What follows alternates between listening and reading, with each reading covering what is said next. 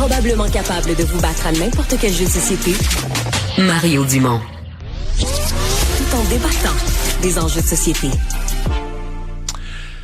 Vous avez sûrement entendu parler souvent de ce problème qu'on appelle le trouble de l'accumulation compulsive, des gens qui ont, on appelle une espèce de toc, là, une façon de vivre, mais où on a cette tendance, cette propension à accumuler, à ne rien jeter, à accumuler énormément d'objets.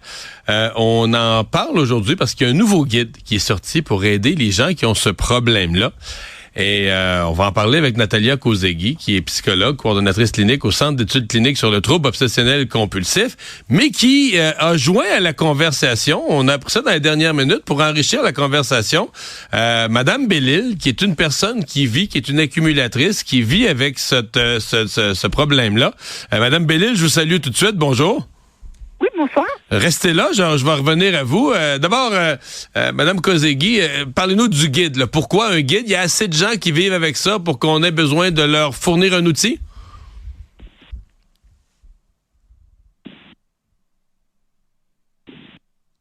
Bon, parce qu'on a un problème de son avec Madame Kozegui. Madame Bellil, vous m'entendez? Je vous entends très bien. Là, on va réparer le problème de son. On va se parler tous les deux tout de suite. Vous, le guide, est-ce que vous allez en avoir besoin? Les gens qui souffrent d'accumulation, les gens qui sont des intervenants auprès de ces gens-là, les parents et amis de ces gens-là, les administrateurs, on aimerait en voir une copie dans les mains de notre ministre de la Santé.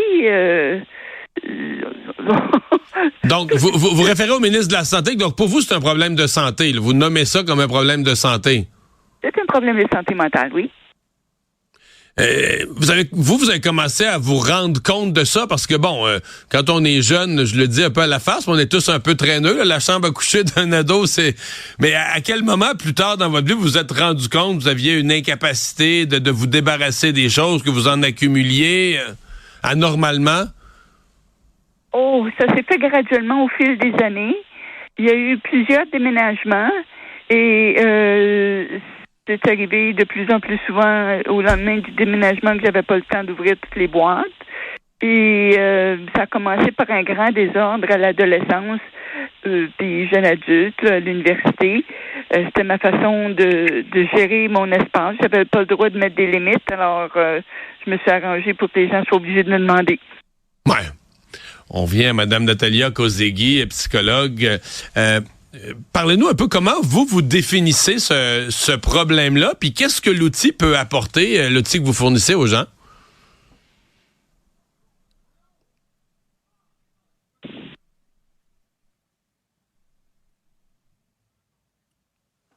Vous m'avez dit que le problème de son était corrigé. Visiblement, le problème de son se corrige, me dit-on, hors d'onde. La minute qu'on revient en onde, le son coupe. Je sais pas pourquoi.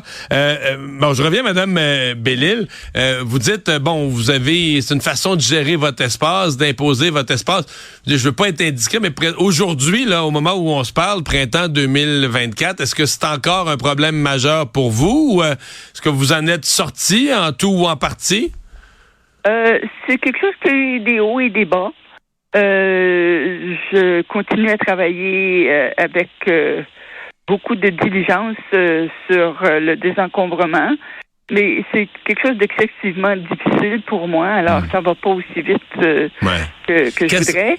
Et j'ai apprivoisé avec les années de démarches de thérapie, toutes sortes de lectures, conférences que mais diabète, quelque chose que j'allais gérer et qui, au fil des événements qui me débalancent, là, que ça, je pourrais être obligée de reprendre dessus là, après avoir connu une débâcle. Vous, c'est quoi que vous accumuliez? Parce qu'il y a des gens que c'est des objets du quotidien, là, qui vont faire des surplus de provisions, de nourriture ou de papier de toilette ou des choses du quotidien. D'autres, ça va être des livres, des magazines à tonnes. D'autres, ça va être des vêtements. Vous, c'était quel genre d'accumulation?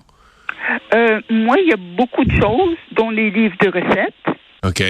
Et parce que, en survivant à des agressions sexuelles, j'ai été aux prises avec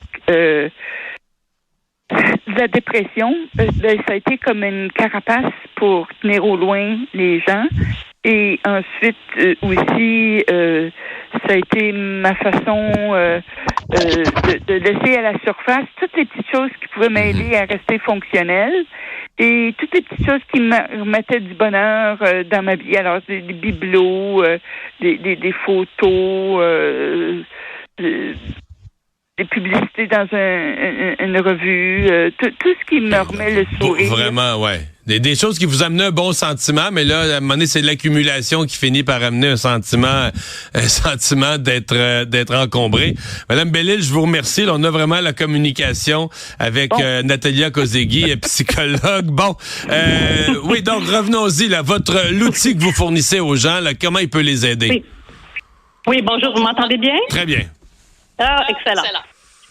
Bon, alors, oui, il y a beaucoup de gens qui souffrent de troubles d'accumulation compulsive. Je disais 2,6% de la population, mais ça peut aller jusqu'à 6% chez la personne âgée. Donc, ça correspond à peu près à 223 000 personnes au Québec. Il y en a beaucoup. Mais c'est un problème qui est caché.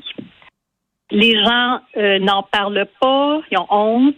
C'est un trouble qui est tabou. Alors, ça fait en sorte que puisqu'ils n'en parlent pas, les intervenants, les personnes qui sont censées les aider sont peu au courant, donc ils ne sont pas portés à leur fournir l'aide nécessaire.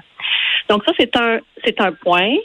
Et c'est un trouble qui a été reconnu assez récemment. En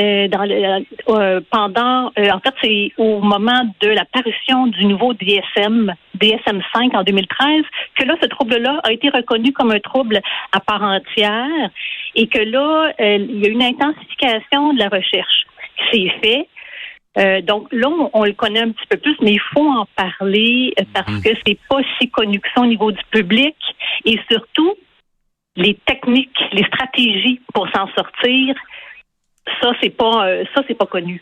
Alors le guide sert à ça. Il sert aux personnes qui en souffrent de se reconnaître puis savoir que ça existe, que ça a un nom. Les proches de savoir quoi faire avec la personne aimée, la personne qui accumule. Donc comment les approcher, quelle attitude avoir, puis quoi faire pour les aider. Les intervenants, les médecins, en fait tous les professionnels de la santé, du réseau communautaire. Et on souhaite aussi, au plan gouvernemental, qu'il y ait des décideurs là qui puissent aider à ce qu'on puisse mettre en place des services spécifiques, adéquats pour eux.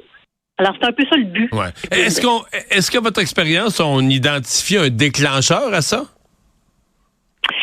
Oui. Alors moi, quand j'ai des patients dans mon bureau qui me parlent de troubles d'accumulation compulsive, j'identifie un déclencheur qui est souvent un trauma. Ça commence plus vers l'adolescence. Dans l'enfance, on le voit un peu, mais après ça, l'adolescence. Des fois, on va le voir au début de l'âge adulte. Fait que, oui, une perte significative, un deuil, une séparation. C'est souvent les déclencheurs ou les intensificateurs d'un trouble qui était déjà là, mais sous contrôle. Eh bien, on va suivre ça, un nouvel outil, donc l'attention de ces personnes-là. Je vous remercie toutes les deux, Natalia Kozegui et Thérèse Bellil. Merci d'avoir été avec nous aujourd'hui. Au revoir, bonne chance. Merci à vous, au revoir. Bye bye.